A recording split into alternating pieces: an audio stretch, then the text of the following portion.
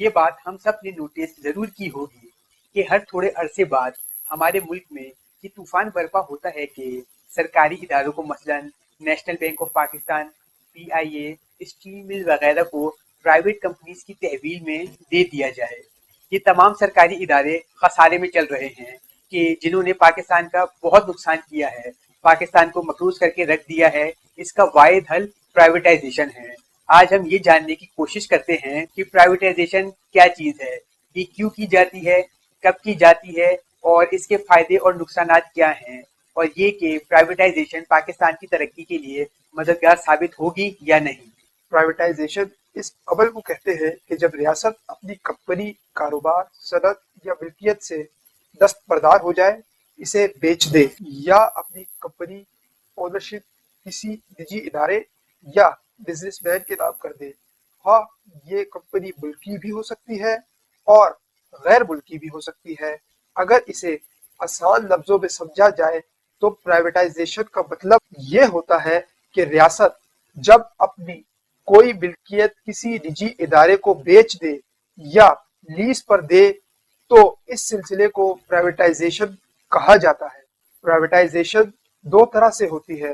ایک تو یہ کہ جب کوئی ریاست اپنی ملکیت پوری کی پوری یعنی مکمل طور پر کسی پرائیویٹ سیکٹر کو سیل کر دے، یعنی ریاست اپنا مکمل یونٹ فروخت کر دے۔ پرائیویٹائزیشن کا دوسرا طریقہ یہ ہوتا ہے کہ ریاست اپنی ملکیت کو مکمل طور پر فروخت نہ کرے بلکہ اس کے کچھ شیئرز کسی نجی ادارے کو بیچ دے، خواہ اس ملکیت یا ادارے میں زیادہ شیئرز سرکاری ادارے کے بھی ہو سکتے ہیں یا کسی نجی ادارے کے بھی۔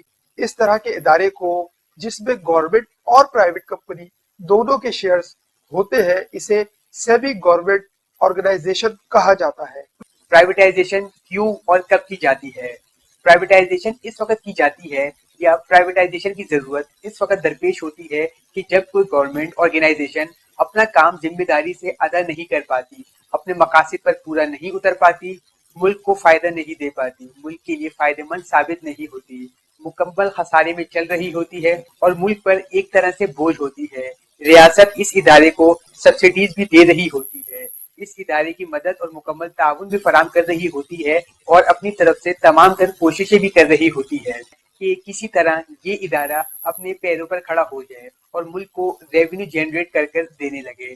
تمام تر حربے اپنانے کے بعد جب ریاست یہ دیکھتی ہے کہ یہ ادارہ کسی بھی طرح اپنے پیروں پر کھڑا نہیں ہو پا رہا تو پھر ریاست کے پاس صرف ایک ہی چارہ بچتا ہے اور وہ ہے پرائیویٹائزیشن کا۔ پرائیویٹائزیشن کے فائدے اور نقصانات، چلے آئیے پہلے ایک نظر ڈالتے ہیں اس کے فوائد کی جانب۔ ماہرین کا کہنا یہ ہے کہ بزنس کرنا حکومت کا کام نہیں ہوتا۔ حکومت کا کام صرف ملک چلانا اور عوام کو سہولیات فراہم کرنا ہوتا ہے، اس لیے حکومت کو کاروبار کر کے پروفٹ نہیں کمانا چاہیے بلکہ ملکی معاملات پر توجہ دینی چاہیے۔ اس کے لیے حکومت کو اپنے ادارے پرائیویٹائز کر کے صرف اور صرف گورننس پر توجہ دینی چاہیے۔ ماہرین میں یہ بھی تاثر پایا جاتا ہے کہ حکومت کاروبار میں کامیاب اس لیے نہیں ہو سکتی کیونکہ اس میں کسی انڈیویجول کا پیسہ نہیں لگا ہوتا۔ اگر کسی بزنس مین کا پیسہ لگا ہوتا تو وہ اس میں سے جی جان لگا کر پروفٹ کمانے کی کوشش کرتا اور پروفٹ کماتا بھی، لیکن یہ پیسہ تو ٹیکس پیئر کا ہوتا ہے تو حکومت اس میں زیادہ محنت نہیں کرتی اور توجہ بھی نہیں دیتی۔ ماہرین کا یہ بھی کہنا ہے حکومتی نمائندے بزنس کرنے اور پروفٹ کمانے کے لیے ٹرینڈ نہیں ہوتے، اس لیے انہیں کاروبار نہیں کرنا چاہیے۔ یہ کہ ہم جس معاشرے میں رہتے ہیں یہاں پر تو حکومت کو کاروبار کرنے کا سوچنا بھی نہیں چاہیے کیونکہ ہمارے یہاں زیادہ تر سرکاری ملازمین کرپٹ ہیں کہ جن کا مقصد کام نہ کر کے زیادہ سے زیادہ پیسہ کمانا ہے۔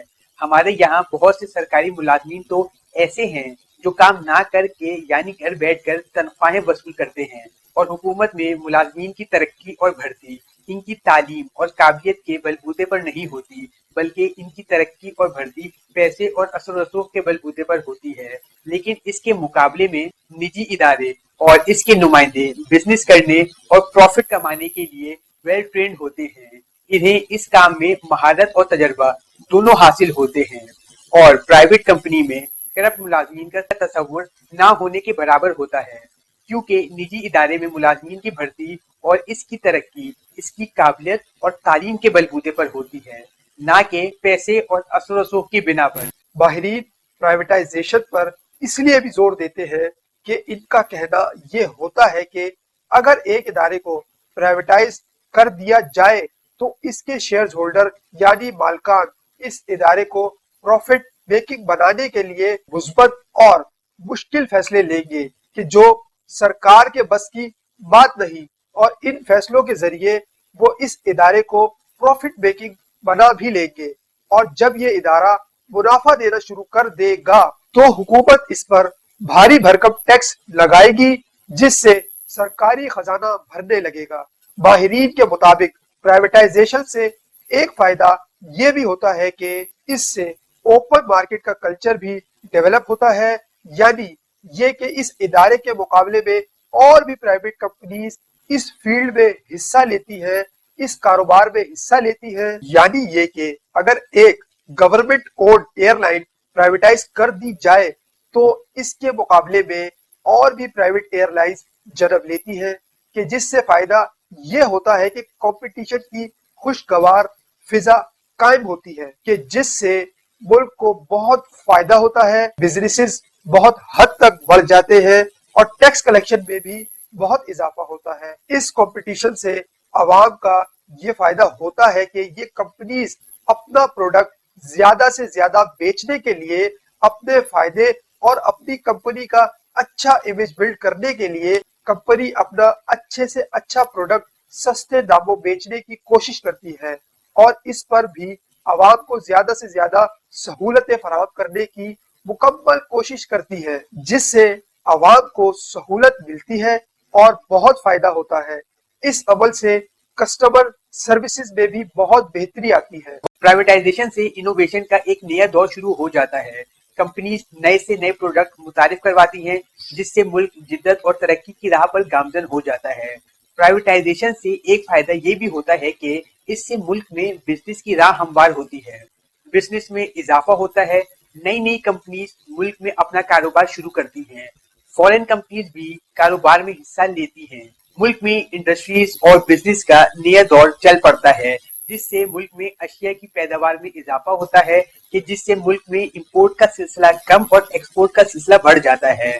माहिरीन प्राइवेटाइजेशन पर इसलिए भी जोर देते हैं क्योंकि इनका कहना ये है कि ये इदारे हुकूमत की ज़ेरी निगरानी सही तरीके से काम नहीं कर रहे। प्रॉफिट तो दूर की बात है, बल्कि ये इदारे तो खसारे में चल रहे हैं, जिसके बायस हुकूमत को इन इदारों को चलाने के लिए, इनके मुलाजमीन को तनख्वाहें देने के लिए और रिटायर्ड अफसरान को पेंशन अदा करने के लिए सरकारी खजाने से पैसे देने पड़ते हैं। इन इदारों को सब्सिडी देनी पड़ती है। इसके लिए हुकूमत को लोन लेने के लिए IMF के पास जाना पड़ता है, कि जिसके बायस मुल्क मजीद मकरूज होते चला जा रहा है और मुल्क में महंगाई की शरह में भी इजाफा हो रहा है।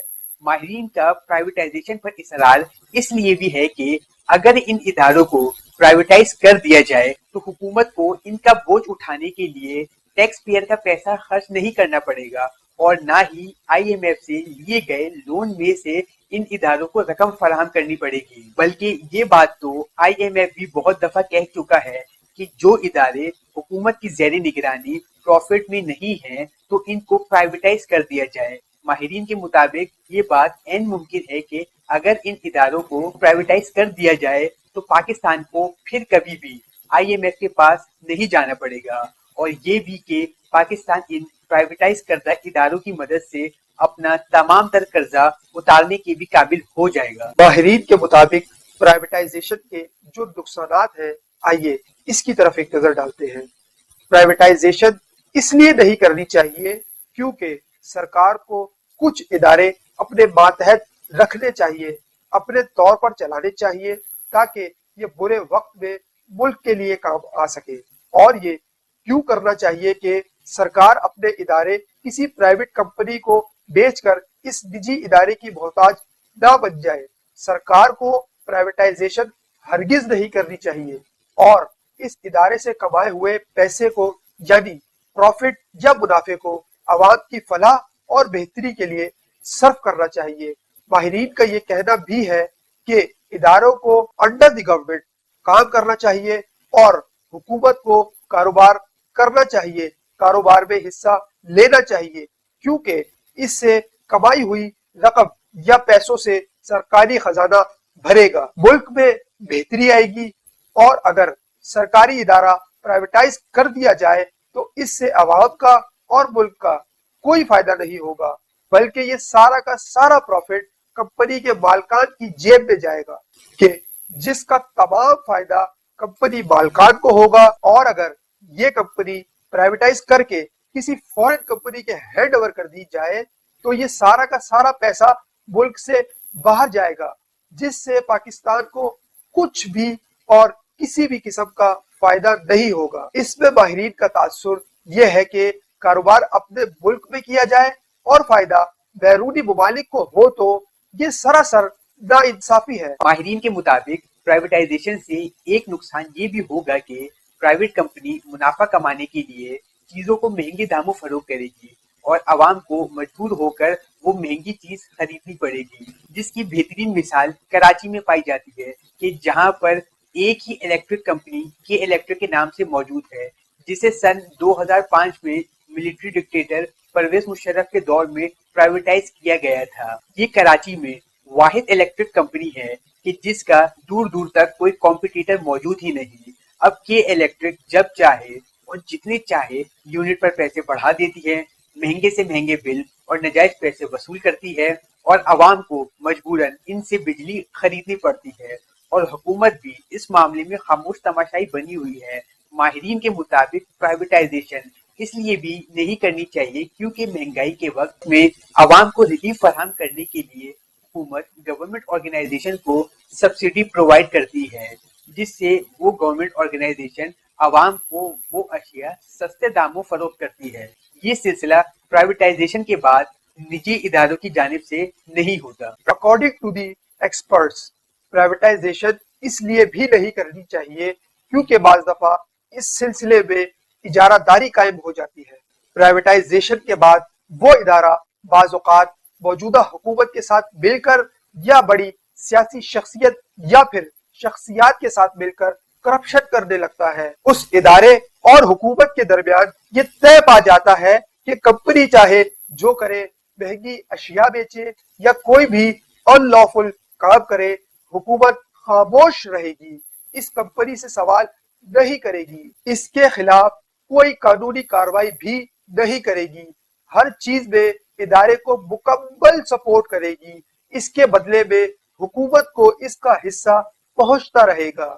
اور بعض اوقات ایسا بھی ہوتا ہے کہ نجی ادارہ حکومت کے ساتھ مل کر ایسے لاز بنا لیتا ہے کہ جس سے مارکیٹ میں اس ادارے کا کوئی اور کمپٹیٹر آ ہی نہیں پاتا، اور اگر کمپٹیٹر موجود ہوتا ہے تو اس کے لیے کام کرنا مشکل ہو جاتا ہے، اور بعض اوقات یہ کمپنی اپنے تعلقات کی بنا پر حکومت سے سبسڈی بھی حاصل کر لیتی ہے۔ ماہرین کے مطابق پرائیویٹائزیشن اس لیے بھی نہیں کرنی چاہیے کیونکہ اگر وہ ادارہ پرائیویٹائزیشن کے بعد بھی منافع بخش ثابت نہیں ہوا تو وہ ادارہ حکومت پر ایک بوجھ بن کر رہ جائے گا، جسے چلانے کے لیے حکومت کو اس ادارے کو سبسڈی فراہم کرنی پڑے گی، جو ملک کی معیشت پر ایک بہت بڑا بوجھ بن کر رہ جائے گی۔ پرائیویٹائزیشن کے بعد حکومت کی ذمہ داری۔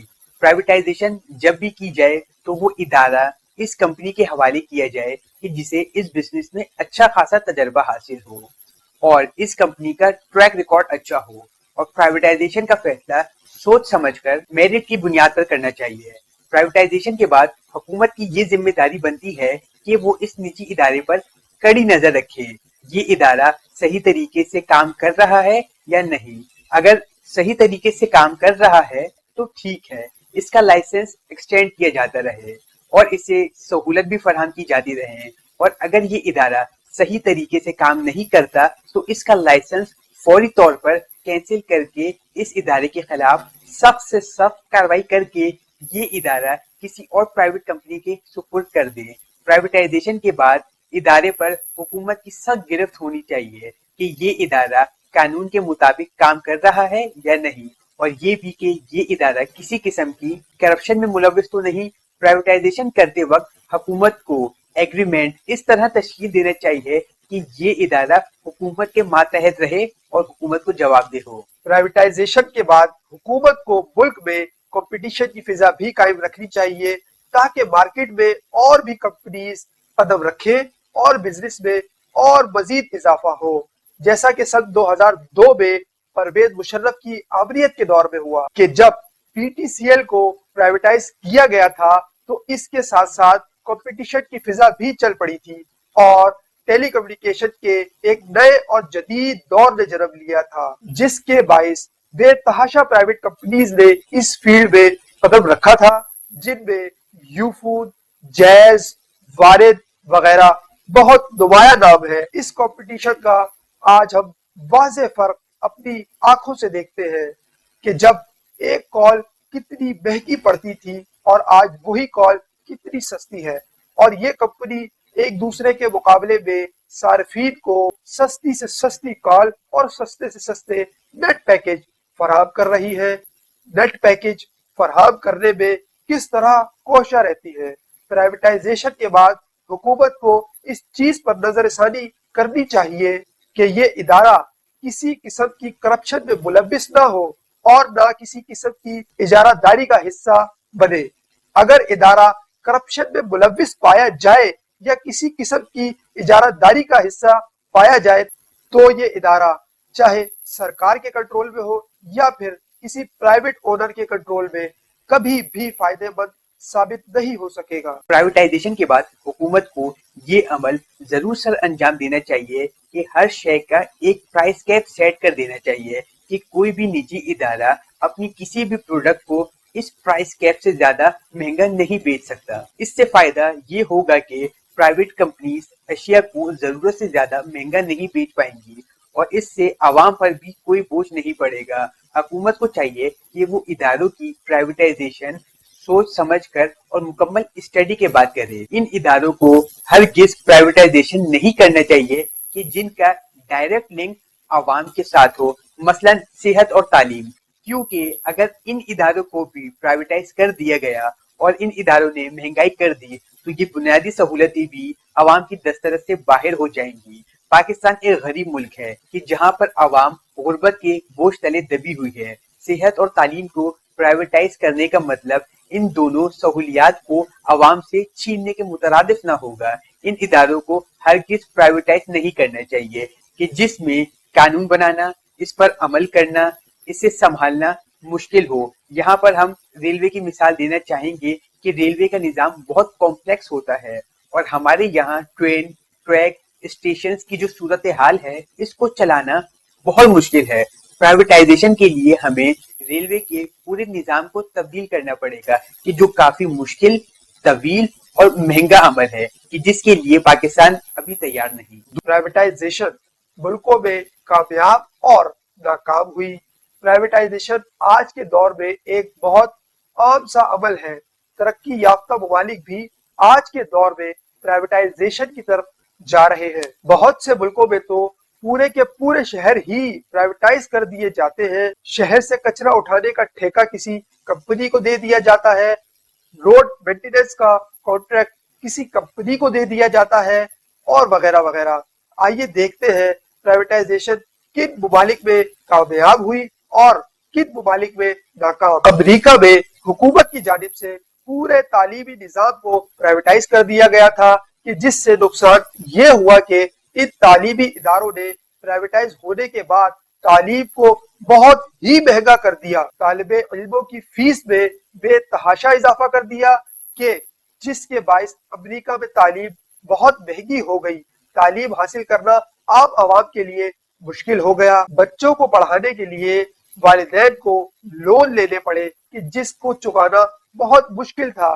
इस तरह अमेरिका में प्राइवेटाइजेशन नाकाम हुई। दूसरी मिसाल बरतानिया की है कि जहां पर रेलवेज के निजाम को प्राइवेटाइज कर दिया गया था। जहां पर बरतानिया से गलती ये हुई कि बरतानिया ने ट्रैक का निजाम किसी एक प्राइवेट कंपनी को बेचा, ट्रेन का निजाम किसी दूसरी प्राइवेट कंपनी को। अब ट्रैक को बिछाने या मुरम्मत के लिए ट्रैक की कंपनी को ट्रेन की कंपनी से अप्रूवल लेना पड़ता, जो कभी मिलता ही नहीं था, क्योंकि इस काम की वजह से ट्रेन लेट हो जाती और ट्रैक की मुरम्मत ना होने की वजह से ट्रेन सही नहीं चल पाती, खराब हो जाती और बास औक़ात ट्रेन चलती ही नहीं। बस इसी नूरा कश्ती में ये प्राइवेटाइजेशन नाकाम होकर रह गई कि जिसे बाद में बरतानिया की हुकूमत ने सब्सिडाइज कर दिया। इसके मुकाबले में जापान में रेलवे की प्राइवेटाइजेशन बहुत कामयाब साबित हुई, क्योंकि जापान ने अपनी रेलवे के निजाम को अलग अलग रीजन में डिवाइड करके प्राइवेटाइज किया था। यानी एक कंपनी को पूरा का पूरा रीजन दे दिया था, जिसमें ट्रेन, ट्रैक्स, स्टेशन सब सिर्फ और सिर्फ एक ही कंपनी की जिम्मेदारी थी, जिसके बाइस एक कंपनी किसी भी मामले में किसी दूसरी कंपनी की मोहताज नहीं थी। और ये प्राइवेटाइजेशन आज भी सक्सेसफुल ऑपरेशन रन कर रही है। पाकिस्तान में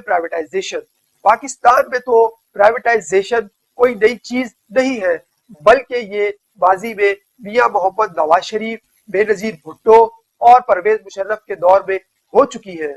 मुस्लिम commercial bank MCB, United Bank Limited UBL, Habib bank limited HBL वगैरह ये तमाम बैंक्स जुल्फिकार अली भुट्टो के दौर में हुकूमत में नेशनलाइज कर दिए गए थे और हुकूमत यानी गवर्नमेंट ऑर्गेनाइजेशन के मातहत थे और गवर्नमेंट ऑर्गेनाइजेशन की हैसियत से काम कर रहे थे।